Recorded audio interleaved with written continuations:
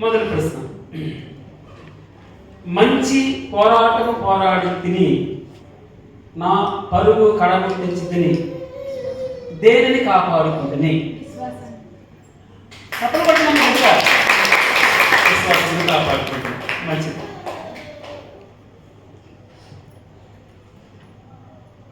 రెండవ ప్రశ్న,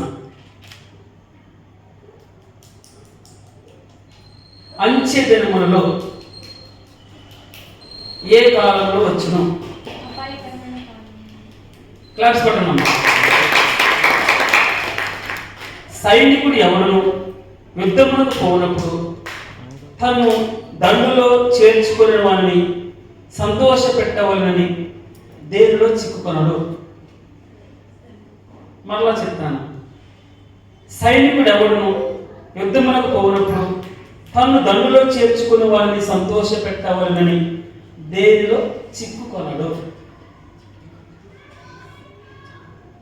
మరలా చెప్తున్నా మూడోసారి అమ్మా,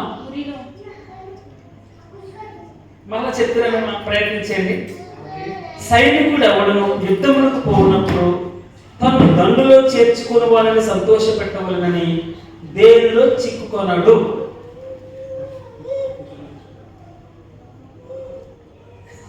ఏదో వస్తుంది, ప్రయత్నించండి. సరే, మంచిది. ఈ జీవన వ్యాపారములు చిక్కుకొనడు. సరే, మంచిది. హుమయేను 2 పిలేతు వారిని గూర్చిన వ్యాధి పేరేంటి? మంచిది. ఇంకొక వ్యాధి పేరు ఏమన్నాడు? ఏ పుండు అన్నాడు? కొడుకుండు. అమ్మ తప్పలు పట్టండి దగ్గర. నాలుగవ ప్రశ్న, ఆశీలోని వాళ్ళందరూ నన్ను విడిచిపోయారు, ఆ సంగతి నీ వెలుగు. అందులో 2 ఉన్నారు, వారి పేర్లేంటి? క్లాస్లో చివరి, నీవు యవనేచ్ఛల నుండి పారిపోము అంటే ఫుట్ నోట్లో ఏమని రాయబడింది? విడిచి పారిపోము. అమ్మా 4/5 ముందు కూడా చెప్తే పర్లేదు. దేవుని. మొట్టమొదటి ప్రశ్న, దైవజనుడు సమర్థుడై ప్రతి సత్కార్యములకు పూర్ణముగా సిద్ధపడి ఉన్నట్లు దేని వలన కలిగిన ప్రతి లేఖనము? ఈ లేఖనము దేని వలన కలిగినది? లేఖనము దేని వలన కలిగినది?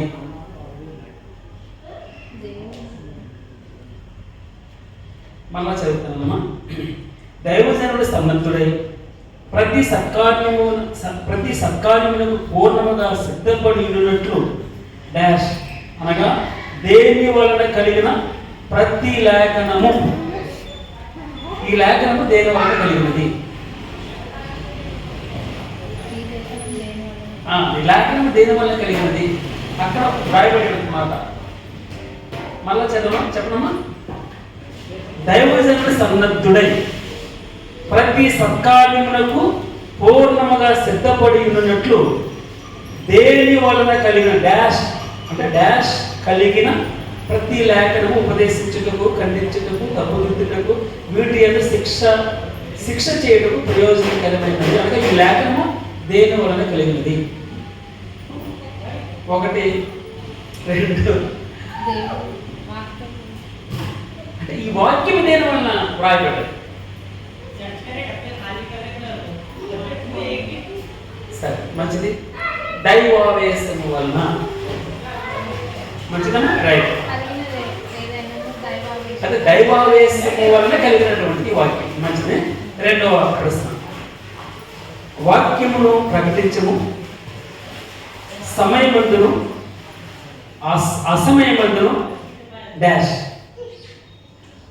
ఏమని చెప్పాడమ్మా? వాక్యమును ప్రకటించము సమయమందును అసమయమందును డాష్. పర్వాలేదు, ఏం కాదు, ప్రయత్నం చేస్తున్నాం.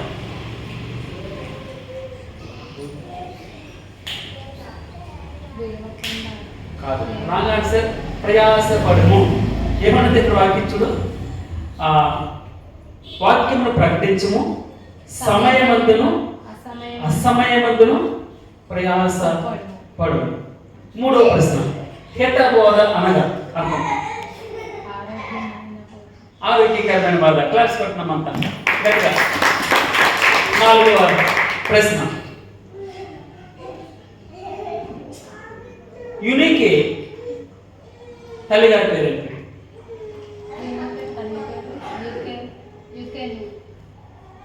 యునికి ఓకే ఓకే. ఇంకొక మాట చెప్తున్నాను. తిమోతి యొక్క అమ్మమ్మ పేరేం పేరు చెప్పు? లోయి. రైట్. క్లాస్ కొట్టమమ్మా. దేహ దేనిని స్నేహించాడు? దేమ దేనిని స్నేహించాడు? దేమ దేనిని? చాలు. లోకమును స్నేహించి. చప్పలు పట్టిన ఎన్ని ఆన్సర్ చేసావు? 3 ఆన్సర్ చేస్తావు. 3/5 కంప్లీట్.